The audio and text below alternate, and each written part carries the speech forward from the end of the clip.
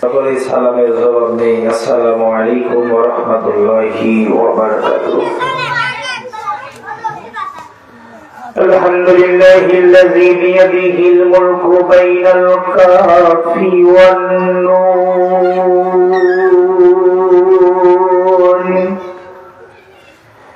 ইন্নামা আমরুহু ইযা আরাদা শাইআন أن يقول له كن فيكون. ونشهد أن لا إله إلا الله وحده لا شريك له. ونشهد أن سيدنا ومولانا محمدا عبده ورسوله الذي أرسله بالحق إلى الخلق بشيرا ونذيرا وداعيا إلى الله بإذنه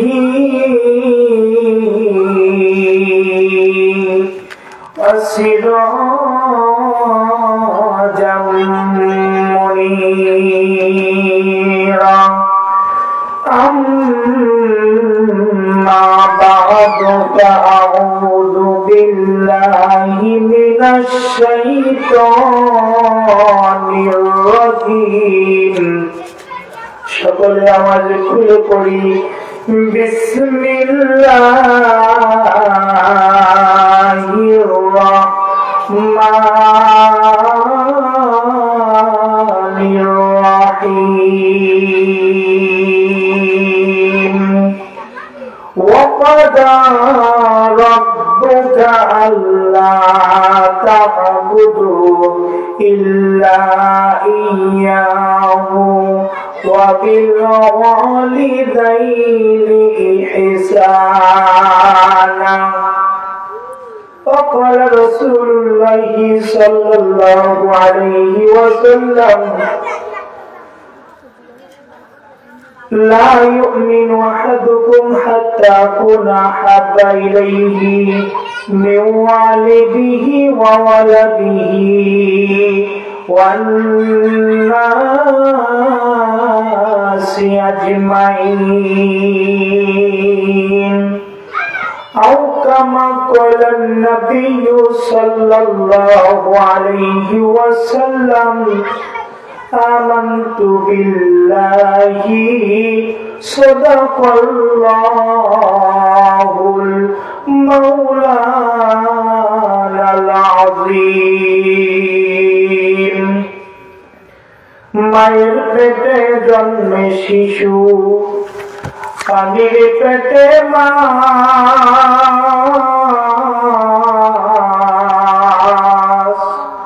ভূমির নিচে কত সম্পদ, লক্ষ কোটি গাছ।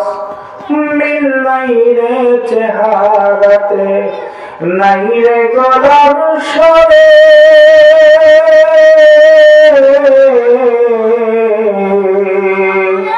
অদ্ভুত তোমার কারিগরি দেখব জীবন ভরে।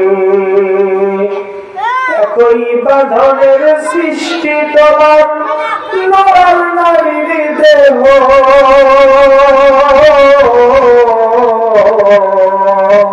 তবু কেন পৃথক এত বলতে পারো কেহ? নারীর কেন মোছ হয় না, মুখে হয় না দাড়ি,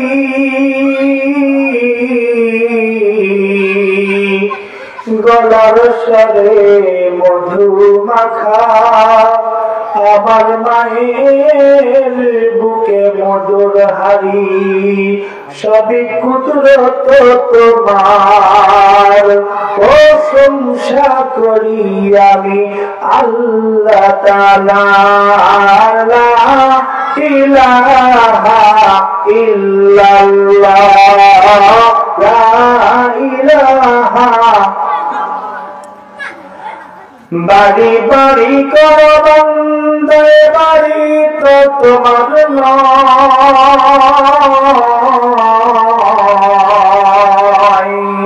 আসল বাড়ি হবে তোমার মাটির কবর শুধুই বিছানা লা ইলাহা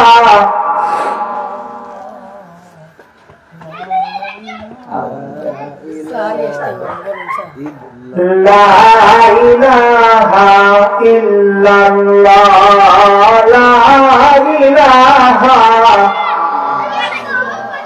আর দেরি নাই সারিয়া দে দুনিয়াদারি মন তোমায় ডাক দিয়াছে ওই কবরের মাটি মন তোমায় ডাক দিয়াছে ওই কবরের বাড়ি তোর উপায় কি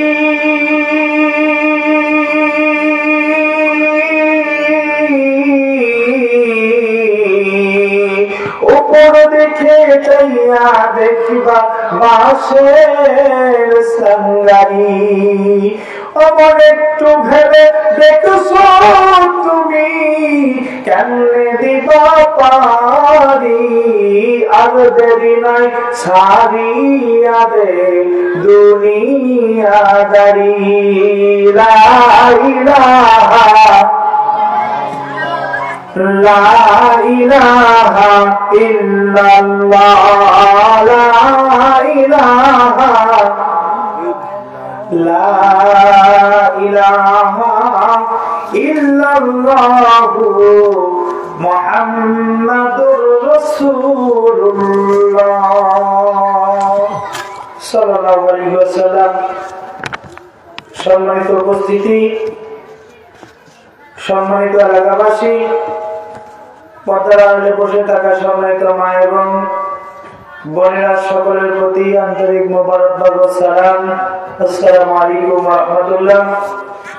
সম্মানিত সুধী, আল্লাহ পাকের অশেষ রহমতে মহল্লার সকল মৃত ব্যক্তির রুহের মাগফিরাত কামনায় তৃতীয় বার্ষিক তাফসীরুল কোরআন ও দোয়া মাহফিল মোহাম্মদ সাইদুর রহমান মাস্টারের বাড়িতে বসে কোরআন ও হাদিস থেকে কিছু কথা বলবার সুন্দর যে আল্লাহ পাক আপনাকে আমাকে সুযোগ করে দিলেন, তৌফিক দান করলেন, সে মহামহিয়ান আল্লাহ সুবহানাহু ওয়া তাআলা দরবারে লক্ষ কোটি শুকর গুজার করে সকলে বলছি আলহামদুলিল্লাহ।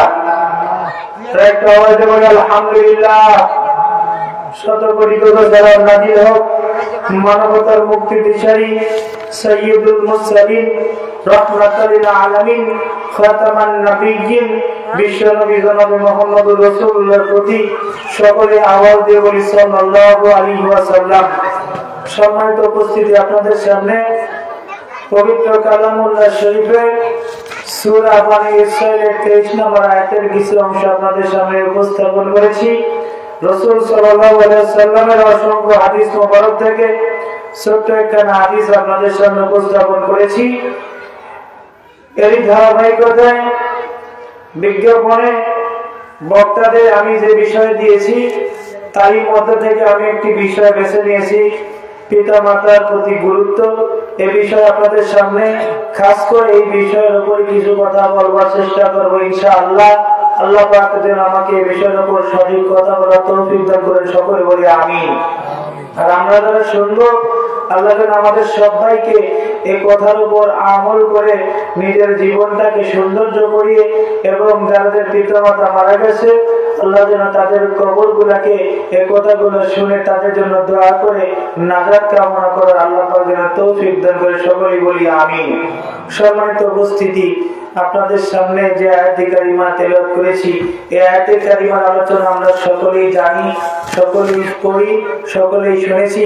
আল্লাহ সুবহানাহু ওয়া তাআলা বলেন, ওয়াকাদা রাব্বুকা আল্লা তা'বুদু ইল্লা ইয়্যাহু ওয়া বিল ওয়ালিদাইনি ইহসানা। আল্লাহ সুবহানাহু ওয়া তাআলা বলেন, নিশ্চয়ই আমি আল্লাহ পাকের হুকুম তোমাদের পালন করতে ওয়াকাদা রাব্বুকা তোমার রবের হুকুম আদায়ের পর আল্লাহ তা'বুদু ইল্লা ইয়াহু ওয়া বিল ওয়ালিদাইনি ইহসানা পিতামাতার খিদমত করতে হবে। আওয়াজ দিয়ে বলি সুবহানাল্লাহ। আমাদের যাদের পিতামাতা মারা গেছে আমরা পিতামাতার খেদমত করবো কেমনে? পিতামাতার খেদমত করতে হবে এইভাবে দোয়া করে রব্বিল হামহুমা কামা রাব্বায়ানি সগীরা রব্বিল হামহুমা কামা রাব্বায়ানি সগীরা এই দোয়া করে আমরা বাপ মার জন্য দোয়া করব, চোখের দুই ফোঁটা পানি ফেলে দেব। এই দোয়া করে আল্লাহ পাকের কাছে ক্ষমা প্রার্থনা করব, আল্লাহ আমার বাপ আমাকে ছোট্টকালে লালন পালন করেছে, মা ছোট্টবেলায় দুধ পান করিয়েছে। আল্লাহ পাক আজকে আমার বাপ মা দুনিয়ার জমিনে নাই, দুনিয়ার জিন্দেগিতে নাই। কত আনন্দ ফুর্তি, কত তামাশার ভিতর মত্ত থাকি। ও আসমানের মালিক, তুমি আমার বাবা মাকে এই আনন্দ ভিতর থাকা সত্ত্বেও আমি আমার বাপ মাকে বলি নাই। আল্লাহ আমি আমার বাপ মার জন্য দোয়া করতেছি, আল্লাহ তুমি তাদের কবর আযাব গুলো মাফ করিয়ে দাও। আওয়াজ দিয়ে বলি সুবহানাল্লাহ। সম্মানিত হাজিরিন, বুখারী শরীফের ভিতর একটি হাদিস শরীফের ভিতর রাসূল সাল্লাল্লাহু আলাইহি ওয়াসাল্লামের সাহাবী হযরত আবু হুরায়রা রাদিয়াল্লাহু তাআলা হাদিস বর্ণনা করেছেন। তিনি বলেছেন এক ব্যক্তি নবী করিম সাল্লাল্লাহু আলাইহি ওয়াসাল্লামের কাছে এসে বলতেছে, ওগো পয়গম্বর, ওগো নবী, আপনি বলুন আমার পিতা মাতার মধ্যে আল্লাহ এই দুনিয়াতে সর্বশ্রেষ্ঠ শ্রদ্ধেয় আচরণ সৎ শ্রদ্ধেয় আচরণ পর ব্যক্তিটা কে? নবী তখন সাদিক উত্তর দিয়েছিল কি, তোমার পিতা মাতা। সুবহানাল্লাহ বলেন। এরপর আবার জিজ্ঞেস করেন, নবী গো এরপরে কে? আল্লাহ নবীজি বললেন তোমার বাবা মা। আবার বললেন কে? নবীজি আবার বললেন তোমার মাতা। আবার নবীজিকে জিজ্ঞাসা করা হলো, ওগো পয়গম্বর এরপরে কে? নবীজি তৃতীয়বার আবার বললেন তোমার মা। আওয়াজ দিয়ে বলেন সুবহানাল্লাহ। সম্মানিত হাজিরিন, এরপর সাহাবী জিজ্ঞেস করতেছে, ওগো পয়গম্বর আপনি বলুন এরপরে কে? নবীজি তখন বলল তোমার পিতা। আওয়াজ দিয়ে বলে সুবহানাল্লাহ। এর মানে এই নয় যে বাপ মা মাঝে মাকেই সম্মানিত করা হলো, বাপকে অবহেলিত করা হলো, এইটা না।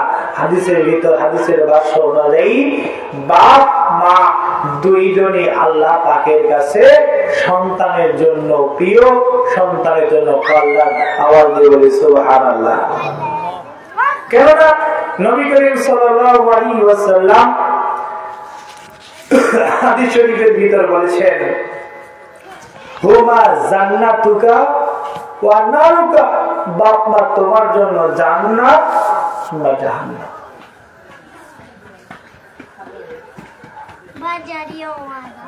নবীর সাহাবী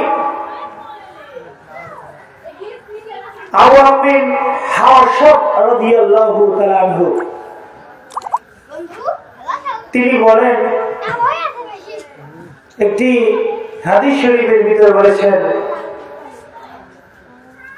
একদিন কবরের পাশে যাচ্ছিল আসরের নামাজের সময়। কোন সময় বলেন? কোন সময়? আসরের নামাজের সময়। নবীর সাহাবী যাচ্ছিল, তিনি বলেন আমি আসরের নামাজের সময় ওই কবরস্থানের পাশ দিয়ে যাচ্ছিলাম, হঠাৎ করে এই আসরের নামাজ এই ওয়াক্ত দেখলাম একজন ব্যক্তি কবর ফেটে কবরটা হা হয়ে মানুষের কবর থেকে গাধার আকৃতি একটা সুরত গর্দান বাইর হলো। আওয়াজ দিয়ে বলি নাউজুবিল্লাহ। আমার ভাইরা, দুনিয়ার মুসলমানেরা, এলাকাবাসী মা বোনেরা খুব খেয়াল করে শুনুন। আমার ভাইরা, বিশেষ করে আমরা যারা সন্তান আছি, আমাদের জন্য হাদিস খানা বড়ই কল্যাণকর, বড়ই বরকতময়। নবীজির সাহাবী, দুনিয়ার মুসলমান, নবীজির সাহাবী ডাক দিয়ে বলতেছেন, ওই কবরস্থানের পাশ দিয়ে আসরের নামাজের সময় যখন আমি অতিক্রম করতে লাগলাম, এমন সময় দেখতে পেলাম কবর ফেটে গাধার মতো সুরতে একজন মানুষের দেহ বাহির হইল। যে মানুষের গর্দানটা হলো গাধার মতো, আর বাকি সুরতটা হলো মানুষের মতো। আমার ভাইয়ারে, কিছুক্ষণ যাইতে না যাইতে আমি অবলোকন দৃষ্টি করে আমি দেখতেছিলাম, হঠাৎ করে একজন বৃদ্ধ মহিলা কান্না করতে করতে ওই দিকে আসতেছে। আমার বন্ধু নবীজির সাহাবী ডাক দিয়ে বলতেছেন, ওই মহিলাটিকে আমি জিজ্ঞাসা করলাম, ও মা, আপনি কান্না করেন কেন? মহিলাটি তখন ডাক দিয়ে বলতেছে, এই কবরের ভিতরে যে মানুষটাকে মাটি দেওয়া হয়েছে, ওই ব্যক্তিটা হলো আমার আদরের সন্তান। আওয়াজ দিয়ে বলি সুবহানাল্লাহ। নবীজির সাহাবী আবার জিজ্ঞাসা করলেন, মা গো, আপনার সন্তান এই কবরের ভিতরে আছে, আপনি বলুন আপনার সন্তানের কবরটা পেটে তার সুরতের প্রথম অংশটা গাধার মতো হইল কেন, আর বাকিটা আমার বন্ধুরে মানুষের আকৃতি হইল কেন?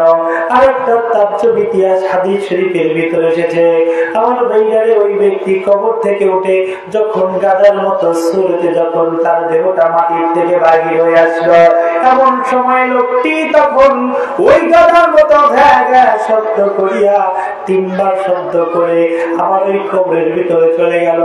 ওই ব্যক্তি এবার ওই লোকটার মাকে জিজ্ঞাসা করতেছে, মা গো, তুমি বলো বলো মা, তোমার সন্তানের অবস্থা হইল কেমনে? এ দুনিয়ার মুসলমান আমার ভাইরা রে, এ দুনিয়ার মুসলমান ভাইরা, খুব খেয়াল করুন।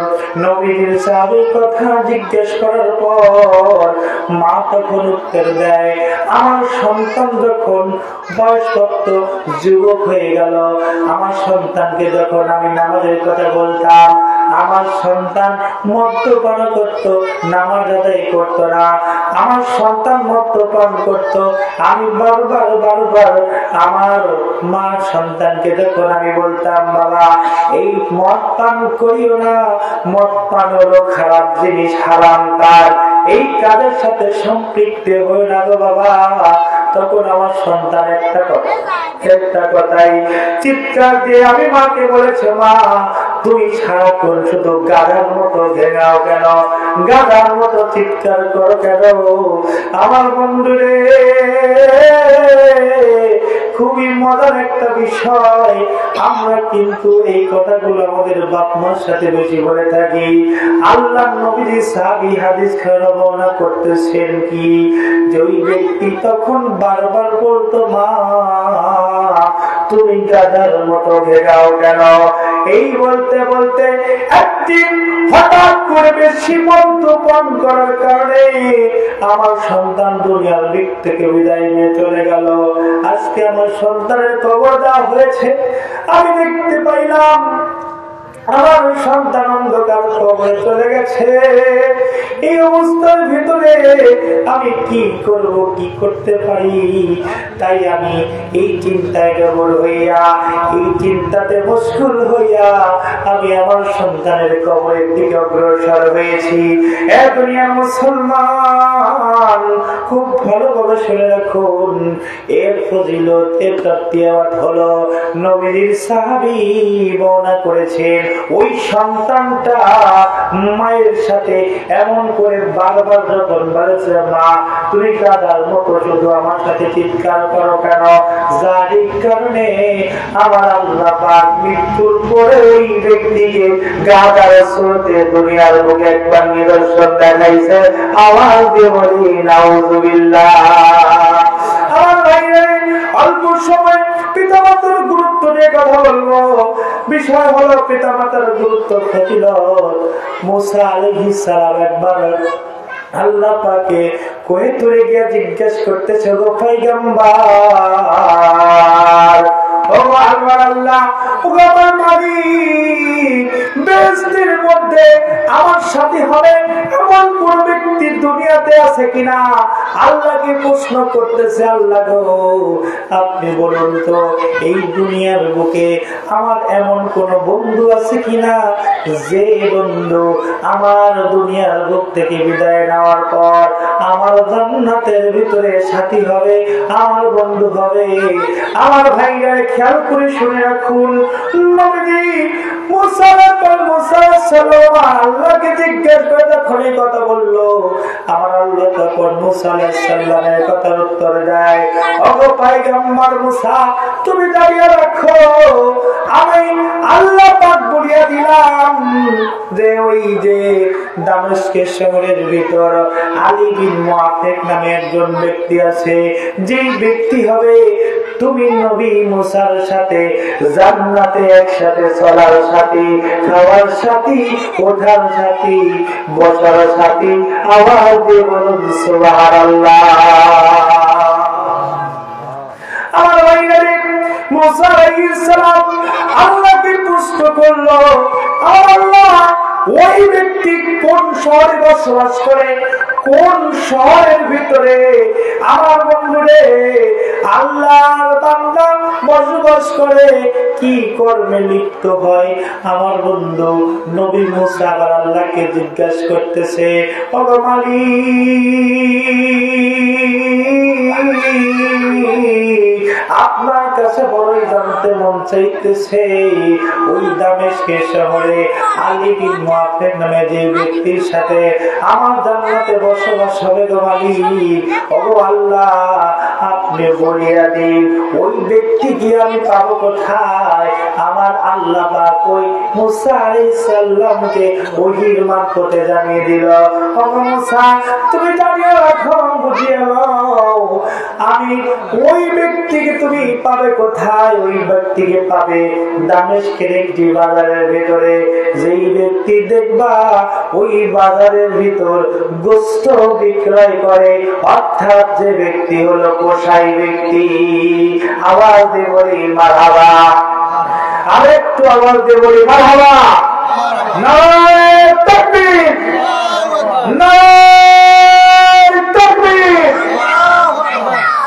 আমার ভাইরা, মুসা আলাইহিস সালাম আল্লাহ সুবহানাহু ওয়া তাআলা এই কথা শুনিয়া ওই দামেস্কের শহরের ভিতর রওনা দিয়েছে। এখন ওই ব্যক্তিকে পাবে কোথায়? যেই বাজারের কাছে গেলে পাওয়া যাবে নবী পয়গম্বর মুসা আলাইহিস সালাম ওই বাজারের কাছে গিয়ে দেখে সত্যই ওই ব্যক্তি একজন কসাই ব্যক্তি।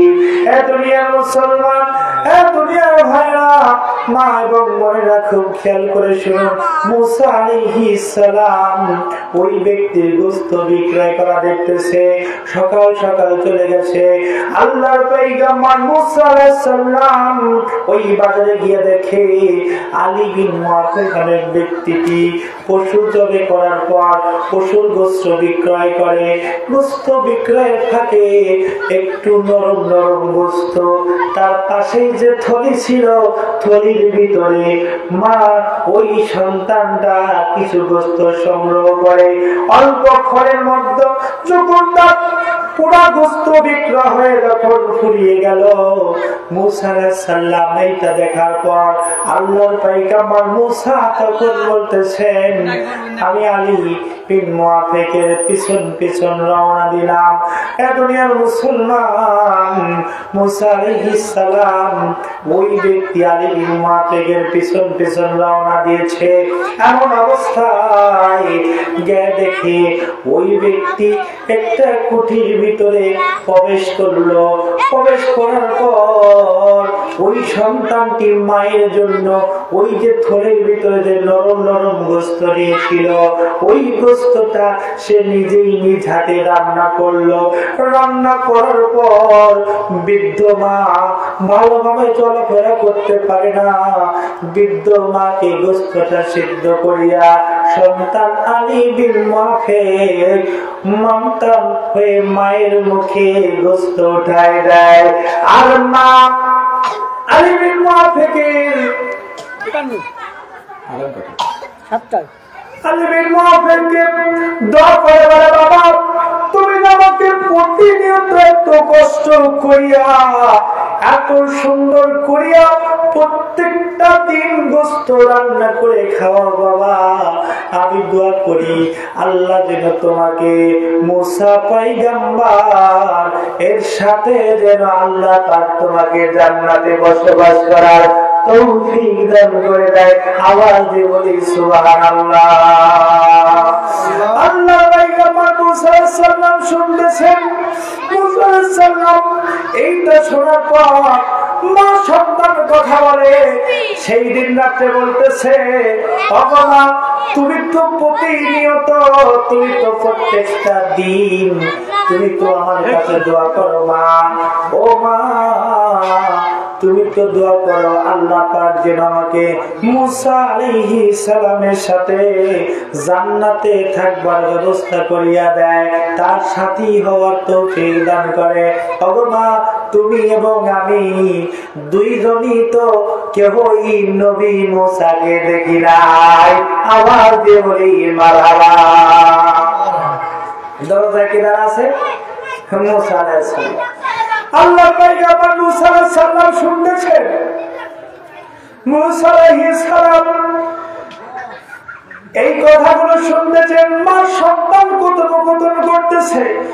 মা তখন বলতেছে, বাবা মায়ের দোয়া কখনো বিফলে যায় না।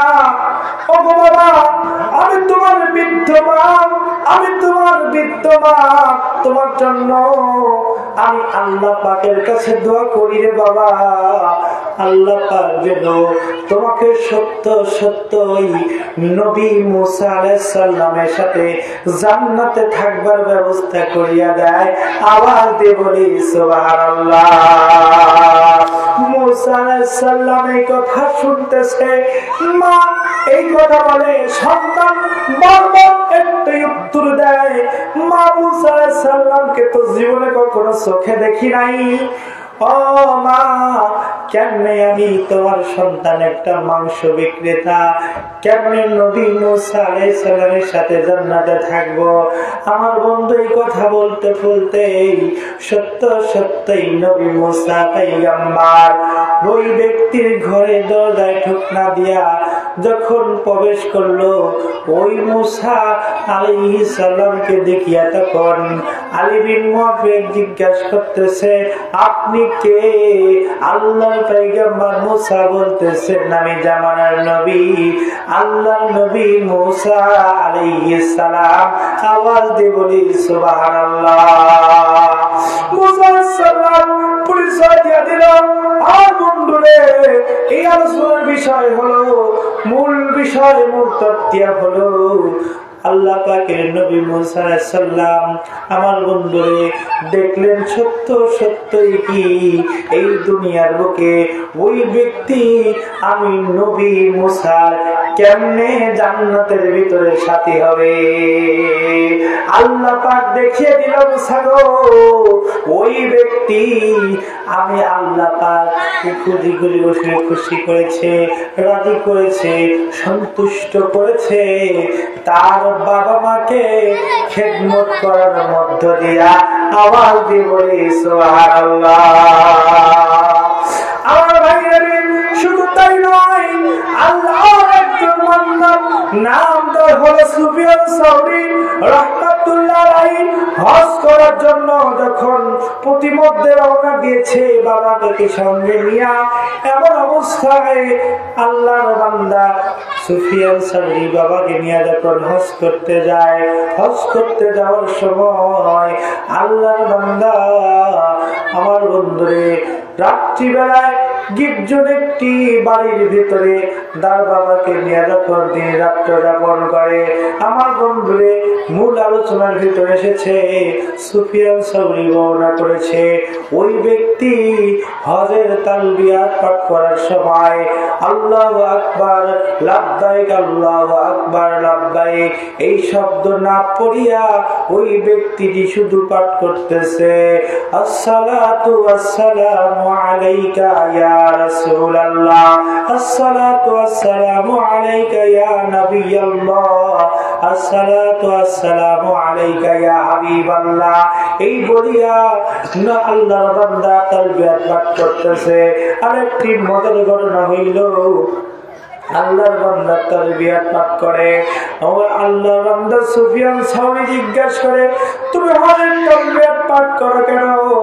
আমার বন্ধুরে আল্লাহর বান্দা তখন ডাক দিয়ে বলতেছে হজ করতে আসার সময় আমি আমার পিতাকে সঙ্গে নিয়ে যখন হজের জন্য রওনা দিয়েছি, প্রতিমধ্যে যখন রাত্রি গভীর হয়ে গেল এমন অবস্থায় আমার বাবাকে নিয়ে যখন আমি একটি ঘরের ভিতর যখন প্রবেশ করলাম আল্লাহ পাকের ডাকে আমার বাবা দুনিয়ার বুক থেকে বিদায় নিয়ে চলে গেল।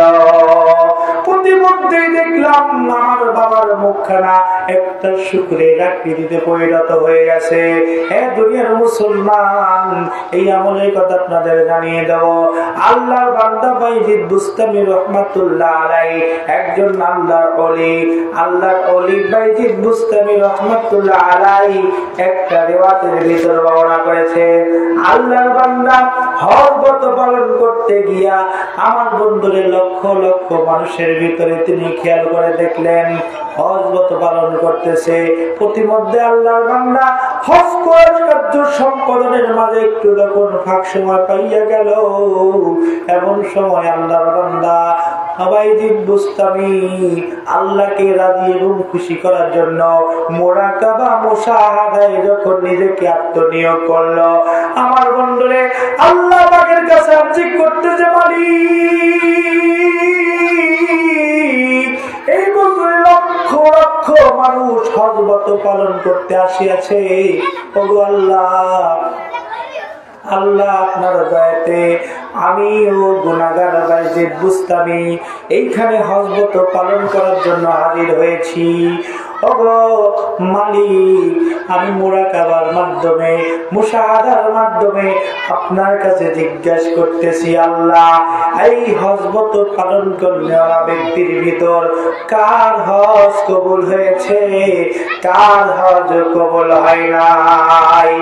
আল্লাহ পাকের বান্দা আল্লাহর ওলি সুফিয়ান আল্লাহর বান্দা বাইজিদ বুস্তামি মুরাকাবার ভিতরে এই কথা যখন আল্লাহ পাকের কাছে আরজি পেশ করেছে এমন সময় আমার বন্ধুরে আল্লাহর বান্দা বাইজিদ বুস্তামি আল্লাহ পাকের পক্ষ থেকে ইলহামের মাধ্যমে জানতে পারলেন দেখবা একটা পাহাড়ের গেয়ার ভিতরে একজন ব্যক্তি একবার নয় দুইবার নয় 28 বছর যাবত হজ ব্রত পালন করে আসছে, তারপরেও আল্লাহ পাকের কাছে আমি আল্লাহ পাক তার হজ কবুল করি নাই।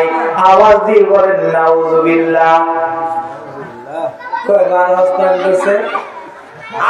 বছর মানে 28টা হজ পালন করছে, তারপরে তার হজ কবুল হয় নাই। বাবা মা বাদ দিয়া আজকে যারা বাবা মার কবরটাকে মাজার বানাইছে, গান বাজনার আওয়াজ উরস বানিয়েছে, উরসের অনুষ্ঠান বানিয়েছে, এই সকল সন্তানরা তো দুনিয়ার মুখ থেকে বিদায় নেওয়ার পর কি জবাব দিবে তারা বলতে পারে? আল্লাহ পাকের বান্দারা দুনিয়ার বুকে বাবা মারা গেলে দোয়া করবে রব্বির হামহুমা কামা রব্বায়ানি সগীরা, এই দোয়া পড়বে আল্লাহ পাকের কাছে ক্ষমা প্রার্থনা করবে মালিক আল্লাহ আমার বাপ মা এত কষ্ট করেছে, আল্লাহ তুমি আমার বাপ মার কবরটাকে মাফ করিয়া দাও। আল্লাহর বান্দা 28 বছর আল্লাহ হজ করলো, তারপরেও তার হজ কবুল হয় নাই। কিন্তু যে সকল ভাইয়েরা বুঝে না, বুঝেও না বোঝার ভান ধরে এখনো যারা নিজের বাপ মার কবরের সামনে সামান্য একটু দোয়া তালবিয়া পাঠ করিয়া ঢোল তবলা বাঁশির সুরে গান বাজনা করে থাকে, আপনারা সুধী সমাজ বুঝে নেবেন ওই সন্তানরা কি বাবা মার ভালো চায়? বলেন, কখনো ভালো চায় না। তারা চায় ঢোল তবলার বাজনায় দিলটা ভরে যায়, আনন্দ লাগে। যতক্ষণ ঢোল তবলা বাজনার ভিতর থাকা যায়, রূহটা তখন প্রকম্পিত হইতে থাকে। নবীজিকে অপমান করার জন্য নজর ইবনে হারেস সূরা লুকমানের 4 নম্বর আয়াতের তাফসীরের ভিতরে এসেছে, নবীজিকে এই কোরআনের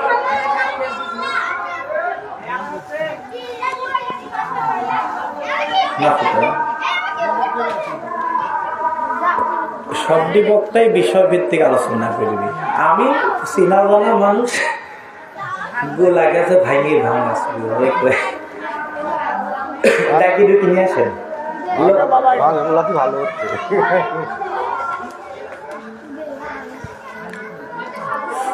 না, আমাদের 5 মিনিট আগে বাদ দেবেন নাকি?